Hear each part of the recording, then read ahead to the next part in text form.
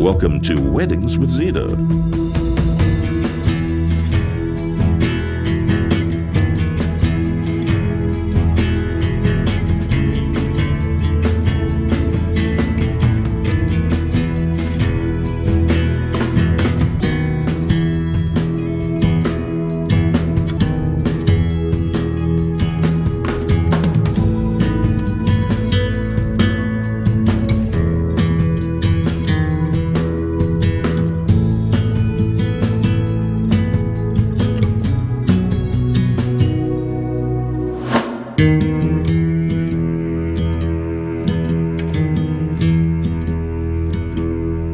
Here's your host and producer, Zita Christian. Hi everyone, and welcome to Weddings with Zita. I'm Zita, and this is the very first interview on the new show. And my hope with this show is that you will be inspired by the experts. And I have an expert with me tonight. She's also a very, very good friend. Please welcome Mary Coburn. Mary, thank you so much for being on the show tonight. Thank you so much for having me. This is just such a great way to start this because, you see, Mary and I are both wedding officiants. We perform ceremonies, and she and I have had a lot of talks in the past. Remember how we were talking about how when a couple gets engaged and they start planning the wedding, and they have to think about There's the a gown, million things. a million things. Yeah, the gown, the venue, the DJ, the cake. What else? The cake.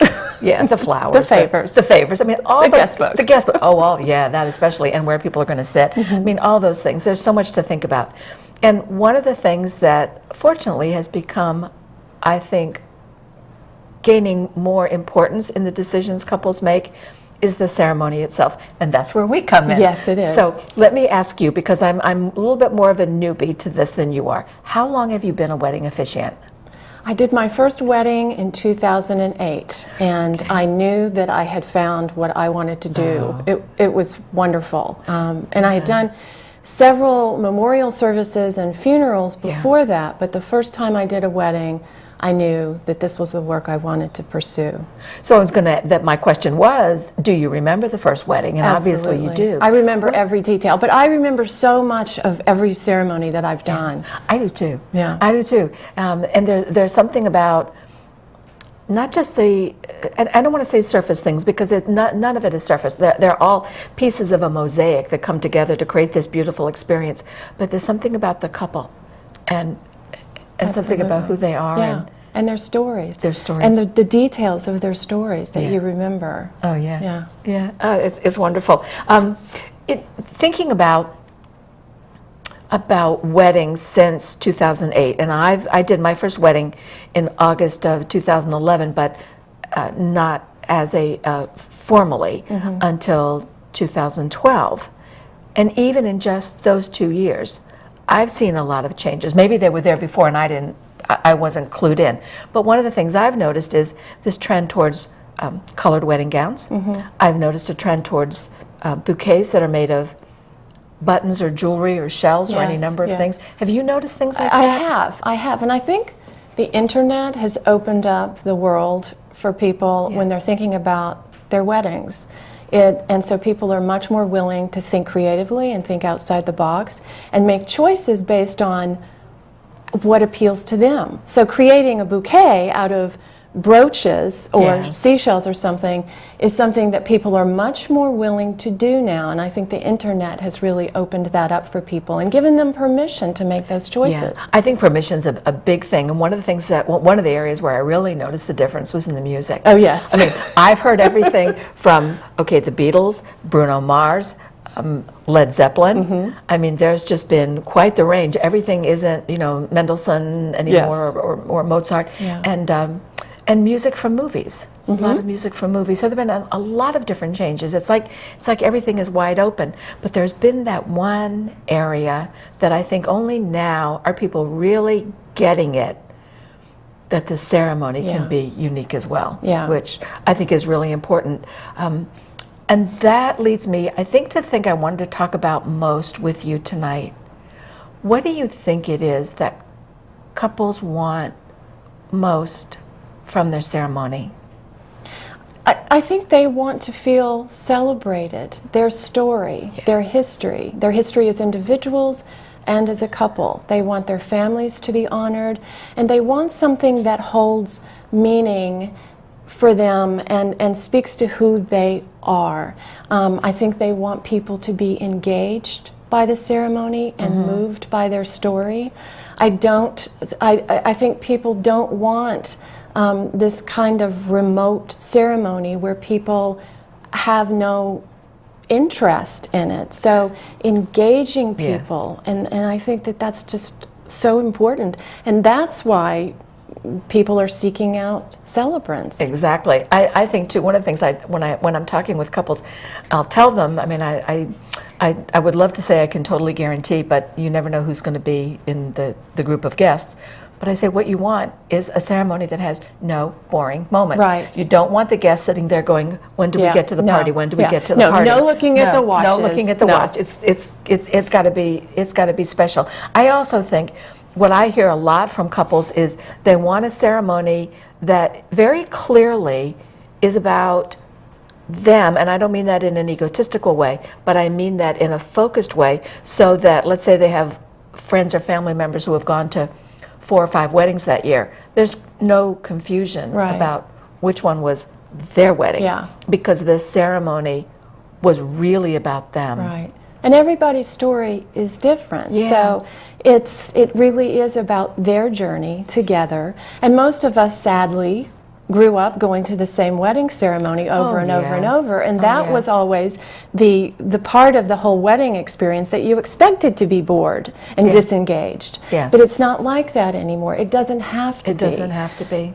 And I think one of the things that does that is the way we typically set couples up when they come down the aisle, and then having them face their guests rather than have their backs to their guests. Yes. When we open them up and have them face their guests, then everybody is involved in it, and everyone, all the family and friends, feel that they're part of the experience, and they really need to feel that. Yeah. So it's a wonderful engagement when that happens. And so many things can be changed. I mean, I think there was a certain kind of beauty in the tradition where everything was, dearly beloved and reading and say your vows and I pronounce you. I get it. I mean, I get the value of tradition, but I think after all the years, I think because so many people are not members of churches anymore. In fact, I refer to it in my own business that I cater to the unchurched, because I think that people want something. They want a ceremony that has a spiritual feel to it, that speaks to the fact that they recognize they are part of something that is larger than themselves, and that could mean anything from a variety of different spiritual paths coming together. But I think it could also mean no spiritual path, just the fact that you base your life on philosophy or on ethics or on the cycles of nature or any number of things, whatever it is that makes sense to you. They want a ceremony that says that's good, that there's value in that, and that you're a wonderful person. You look at the person you've turned out to be because of this way that you feel. Right. And that needs to come in the ceremony too, right. which I just love. So when you meet with a couple and you have a specific approach to ceremony, tell me about your approach. Well, my approach is to create a sense of community and intimacy in the ceremony, whether you have 12 guests or 300 guests. And one of the ways in which that happens is to turn the couple around, and then everybody is really part of the experience. But the other part of that is how I deliver the ceremony. I really think that we spend so much time crafting a ceremony and making sure that every word really is right and that it adequately reflects who the couple is. But in the delivery of the ceremony, that's when you really can pull people into the experience, Yeah. to make eye contact with people, to engage them in the story and in the whole experience. It's a very poignant experience, and there can be laughter, there needs to be Yes, laughter, there there does. needs to be those moments of identification with guests that they remember, Yes. moments in their lives Yeah. because we've all been affected by love. Absolutely. And so for them to experience that, but to create that sense of community and intimacy by pulling people into the story emotionally, and then really engaging with the couple when they're up there and really making sure that there's great eye contact, that you're calm, that you deliver the ceremony in a warm and meaningful way.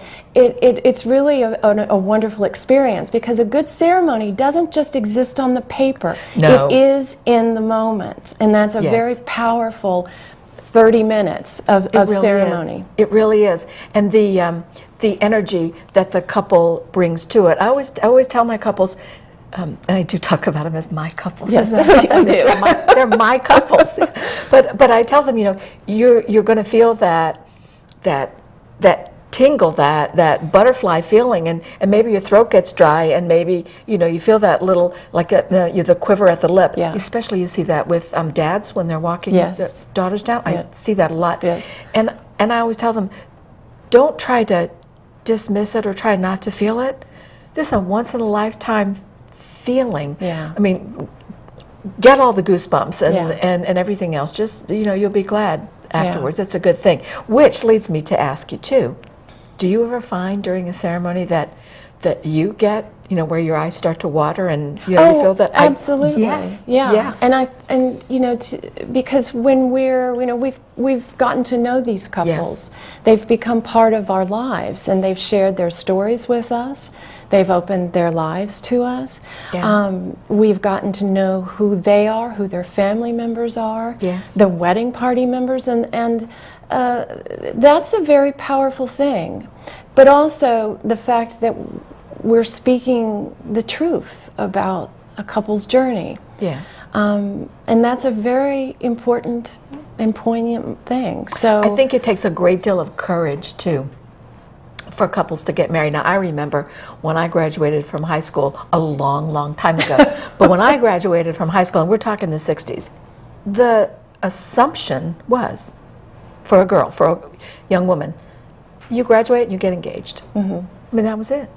And maybe you became a teacher, a nurse, or a secretary. But the primary thing was you got married and you had a family. And it's things change drastically and so fast, which has been wonderful. But I think about the expectations of the couple. They come together, and here's this event that is happening, and what did they think were their options when they were growing up? Right. And what are their options now? And what does it mean to take this giant step of getting married? Because a lot of couples don't get married today. I mean, that it is a courageous act. And I love when they do it. I keep thinking, I envision, I have this thing for trees, and I envision that, here are these two sides of the family, whether or not they actually separate anymore or not. I love a lot of families subscribe to the idea of pick a seat, not a side, and so that they can actually see who their family members are, actually look them in the face during the ceremony, which I think is great. But I look out there and I see these two families, and I think, wherever you came from, where your ancestors came from, and the before and the before and the before, and for all of the courage to dream is what I call it, for the courage to dream that these people had to cross an ocean.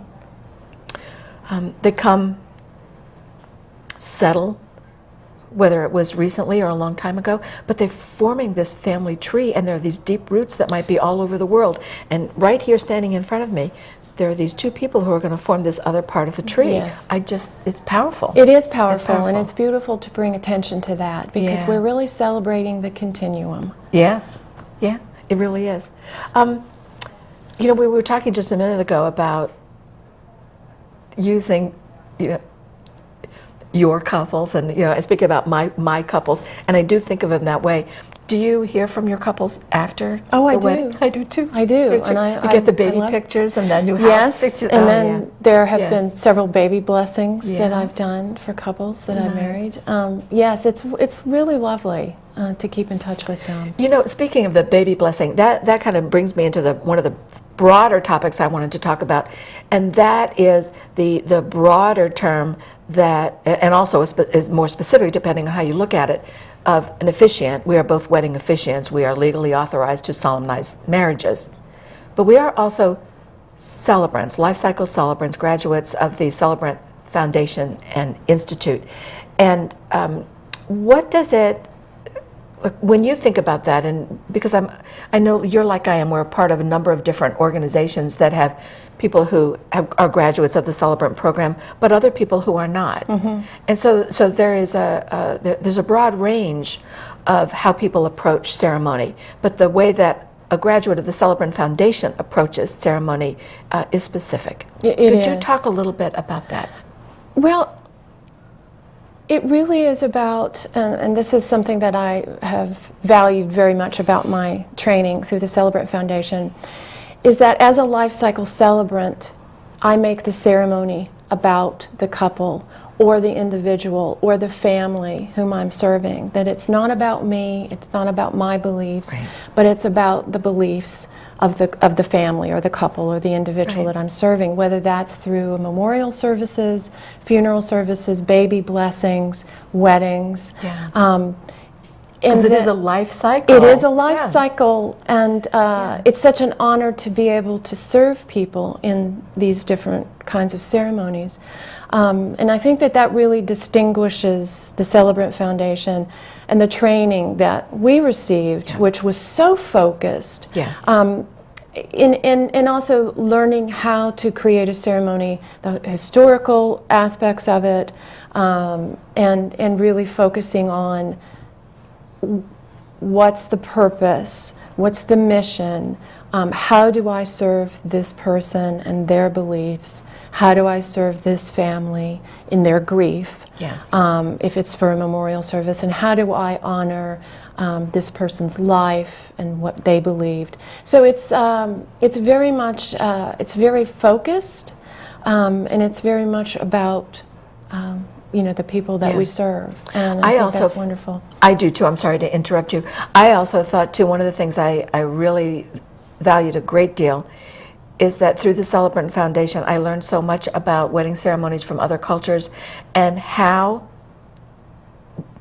creative ways to blend the best of the cultural traditions, mm-hmm, from families who might have different religious paths, but to blend something from their cultures so that the ceremony honors both sides of the family through something that is cultural, if not specifically, mm-hmm, or definitely not specifically to a religion. And I find that what happens with something like that, speaking as a grandmother, I imagine myself as a grandparent of one of these couples getting married. In fact, I have a wedding coming up, and the bride's family came from Russia as immigrants here, and she was in her teens when she came here. And there's a lot about her family, her parents and her grandparents who all came over, and they're wanting a ceremony that was not what she and the groom are looking for. So I thought, I imagined myself in the position, and I thought, what they want to know that you're having something that has a solemn feeling, a spiritual feeling, a sacred feeling for them. They want to know that you're going to have something that's special. They want to know that you love this other person and that this other person truly loves you. Mm-hmm. I think that's where you get the heart of things. So when we can combine something from their cultures and they go, that's absolutely. familiar, Yes. and then it works and it's beautiful Yes, for everybody. and it creates a richness for the guests too, It who are does. not familiar with particular rituals Yes. or cultural traditions, and so you really and you honor the family members too. Yes. And so it's a win-win when you get to do that, and it's really enriching. Let me ask you a couple of quick ones about how much time does it take you from when you meet with the couple to the wedding? There's so much time spent with emailing, and I would guess maybe 20, 25 hours. I was going to say 25, 20. I figured mine was between 22 and 25 hours. Yeah, there's so much that goes into it. Let's talk for a minute about booking in advance. About how far in advance do you find couples booking you? I'm booking a year and a half to a year in advance, which is wonderful because I start working with a couple that far in advance. Yeah. I usually send them all of the vow samples that I have and collections of readings if they're interested in that, and we just start the process. Yes. There may be several months where we don't have any communication, but they're in my life and I'm in theirs, and so we have communication. Occasionally they may want to get together and talk about certain ideas. Right. But certainly, I appreciate it when people book a year in advance. I think it also speaks to the fact that they recognize the value of the Yes, ceremony. this is definitely a couple who are invested in their ceremony. Yes. Let me ask something particularly about the script for the ceremony. What if you create this script that you think this is really beautiful and there's something about it the couple doesn't like? Well, my goal is to get a 100% enthusiastic approval. So if there's something that doesn't quite sit right with them, they just let me know and I change it. Me too. Usually by the time I'm writing their ceremony, I have a really good sense of who they are and what they want. And so any sort of editing that has to happen is usually easy and quick. I agree with you. It's same thing too. I want to specifically ask you about the love story because that's one of my absolute favorite parts. So when we talk about as lifecycle celebrants about writing the love story, I know that we both do this. We send this pretty extensive questionnaire to our couples. They take their time, fill it out, send it back. We extrapolate, ask more questions, email, maybe another meeting, get a lot more information, and then we write this story. I find that because I'm also a romance writer, and I find that the criticism that romance writers often get is, why do you read those books? Everybody knows that the couple is going to get together at the end. And I'll go, well, yeah, that's why I'm reading it. That's why I'm writing it. But also, the whole purpose is, it's not whether or not they're going to end up on this happy or hopeful note in the book. It's looking at the journey of these two people. Yes. And I say that's the same thing with the wedding. I don't care how many weddings you've been to. This wedding How is did about they get these there? two people. Yes. Yes. And they're How did they different. get there? Mhm. Yes. Yeah. I think it's the heart of what I feel I can bring to a ceremony. And then certainly then they're bringing something, their families are bringing something. But it's the piece that I can say, I know your love story. Yes. That's really important. And they're all different. They are. They are all They are. different. Some have a little more humor, some more adventure. Yeah. I mean, they're all across the board. Let me ask you something, Mary. Reviews. Obviously, reviews have value to vendor. We are considered winning vendors in the business. But talk to me a little about your views on why the reviews are important to other couples. Well, when you're reading a review that a bride or groom has written, you know that you're getting the truth about the particular vendor. Yeah. If somebody takes the time to write a review, they care about giving this information to other couples who are looking for an officiant or a DJ or a photographer. Right. So there's great value in it, and I so appreciate when people take the time to write a review. So because many couples come to me because they've read the reviews that are online. Yes. So Yeah. they're great. I think it is. It is a way of. It's almost like a.